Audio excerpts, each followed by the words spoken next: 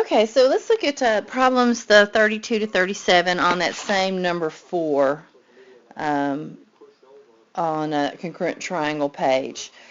If you look at this, they've given us our congruent statement. FKH is congruent to FKG, and if you look, those aren't the two right triangles there. FKH, let's go ahead and draw them. I'm going to draw FKG. You notice it's kind of goes up like this and then like this. F, K, and G. Okay. So there's that one. Now it's congruent to FKH. So I'm just going to draw FKH and I'm going to flip it around. I should make it go up like that.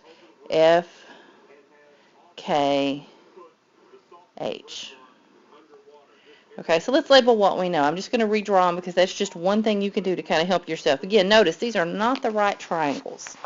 HFK is 20 degrees. That's right here. And since that one's 20 degrees, I can go ahead and tell you that that one's 20 degrees because we've got them lined up where they match up, which is the advantage. FKG is 65 degrees, so let me label it, and then I can go over here. It's supposed to be 65 degrees, and label this one 65 degrees, okay? And then we know that angle G, this one over here, is 95 degrees. So we know this other one is 95 degrees, okay?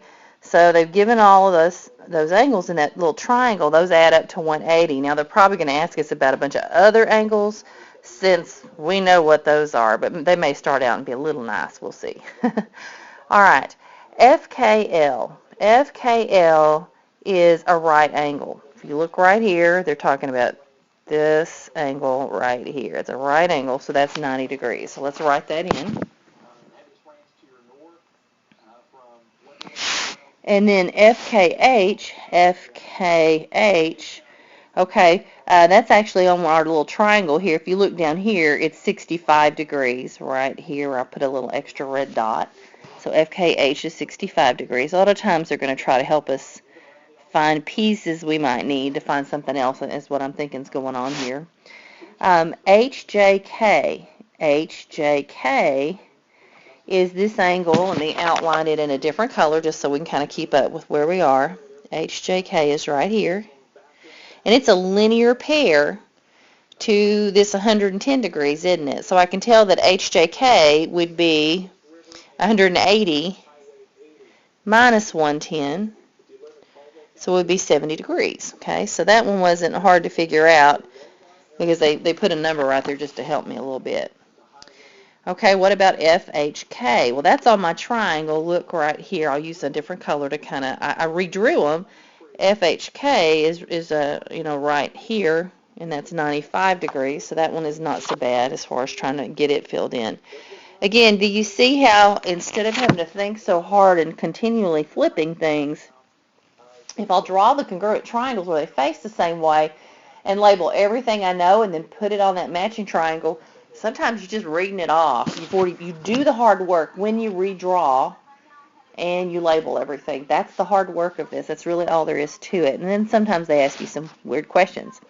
FLK, okay, let me pick a different color. Let me pick yellow here. FLK, if we look on the diagram, is right here. Now, I can figure this out because there's a triangle here. Let me make the whole triangle out that I'm looking at here. There's a 90-degree angle right here, so I know there's 90 here. And we know that KFG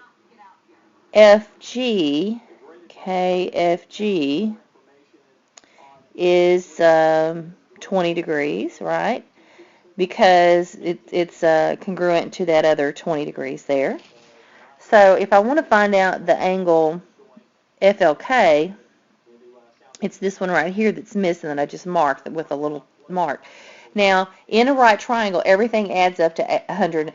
In a triangle, everything adds up to 180 degrees. There's another theorem that says if it's a right triangle, since this is 90 degrees here, if you take 90 out of 180, it means that every time you see a right triangle, The two acute angles in the right triangle are going to be complementary. They're going to add up to 90 degrees. I don't have to go subtract from 180. It's quicker if I just subtract from 90 because the right angle is taking up 90 degrees. So if this 20-degree angle and the angle that I'm looking for add up to 90, then this one must be 70 degrees because 70 plus 20 is 90 degrees. Okay? Try not to make this harder than it is. Remember, those theorems are there to help you work more quickly, not to confuse you. So in any right triangle, the two acute angles add up to 90 degrees. That's a theorem you want to be able to use quickly. All right, then the next thing is what is FJK? Okay, so let me pick a different color, maybe a kind of a salmon color here. FJK is right here. And if you look, it's going to be, because these other two triangles are congruent, I can know that FJK, I thought they already asked me that one.